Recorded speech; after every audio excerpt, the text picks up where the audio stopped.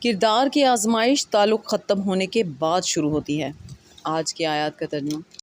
پناہ مانگتی ہوں اللہ کی شیطان مردود سے۔ شروع اللہ کا نام لے کر جو بڑا مہربان نہایت رحم والا ہے۔ نوح نے کہا کہ پروردگار، انہوں نے مجھے جھٹلایا ہے، تو میری مدد کر۔ بس ہم نے ان کی طرف وحی بھیجی کہ ہمارے سامنے اور ہمارے حکم سے ایک کشتی بناؤ۔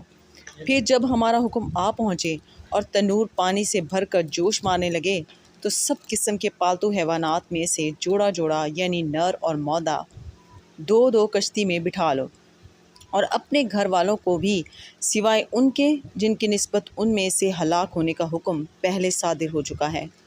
اور ظالموں کے بارے میں مجھ سے کچھ نہ کہنا، وہ ضرور ڈبو دیے جائیں گے۔